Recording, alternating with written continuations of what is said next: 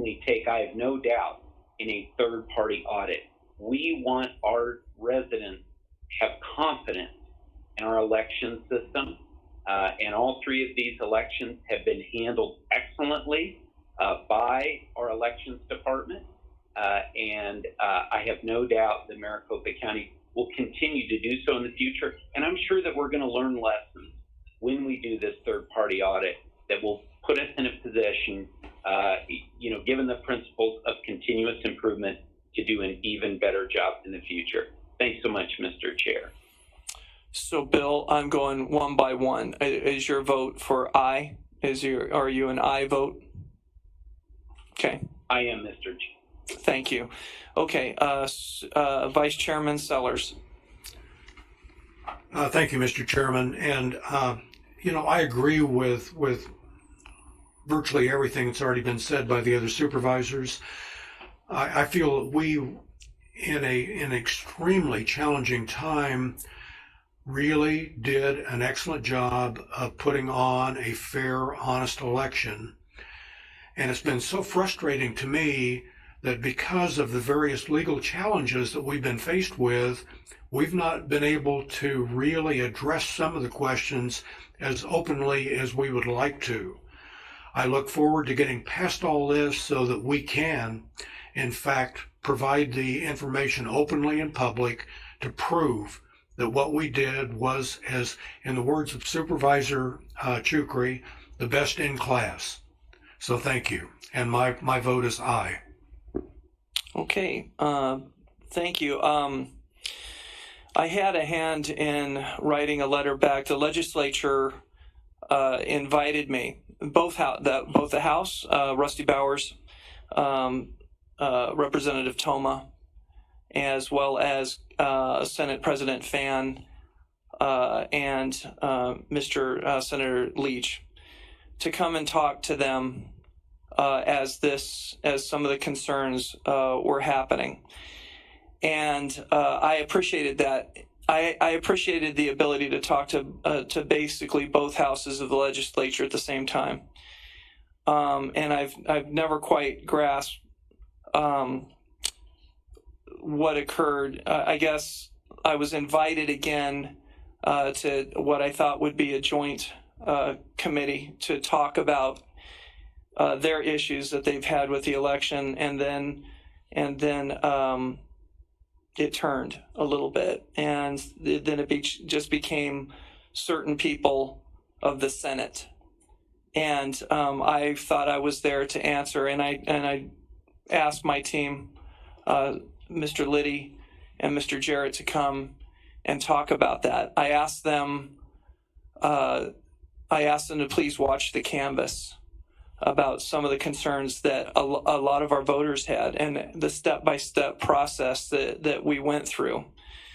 And then I participated in just a Senate Judiciary committee meeting that occurred, where they asked some of those same questions that I had asked them to go over the canvas, and some of those same questions were asked. But this one lasted 6 hours. And I did the best I could. So did Mr. Jarrett. And then on the legal side, so did Mr. Liddy, to give them a full scope of what this election and how it transpired, the processes, the people behind it, the machinery, the software. And that's what I went down there for, to educate that. And then to be slapped with 2 subpoenas was, I don't know, I could be viewed that as a slap in the face, because none of those questions or concerns that they served on us were asked about with those subpoenas and what drove those. So I had to then feel that those subpoenas were predetermined, no matter what I went there to say, no matter what our legal team went down there to say, and especially no matter what Mr. Jarrett had to say. So it's to me, that's kind of telling.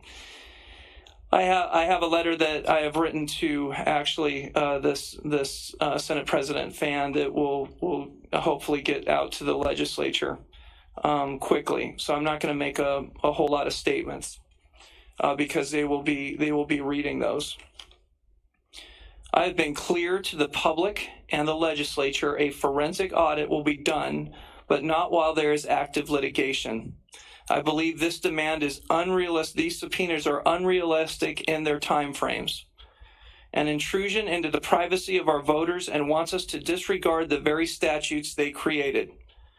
Make no mistake, I have a great feeling that this board is willing to do an audit. I've heard it now from all 5 of my colleagues.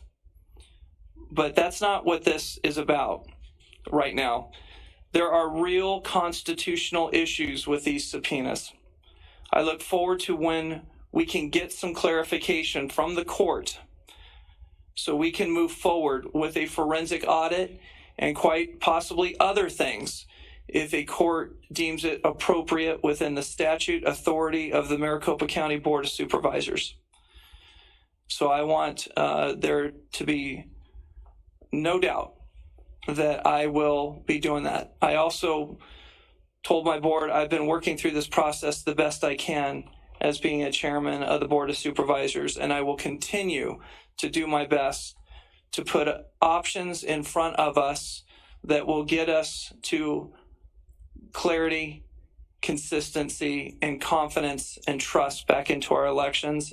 And I'm going to continue to work on those items.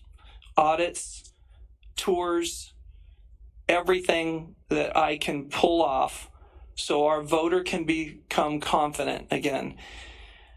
It is really difficult to watch what is occurring on Twitter and not being able to answer for that, where people are taking what they think is the high ground because we are not speaking back. I think we are a unified voice of this board.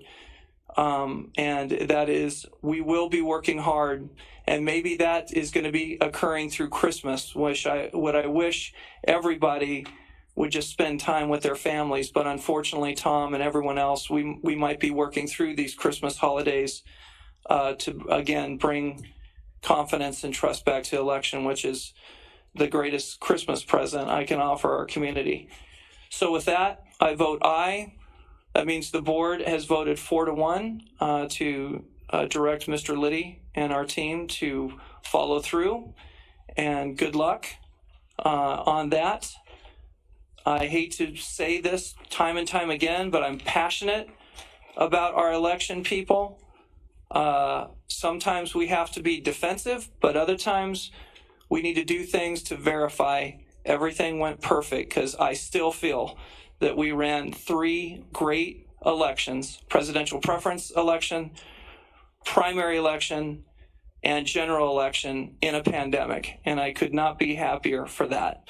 So with that, we are now adjourned.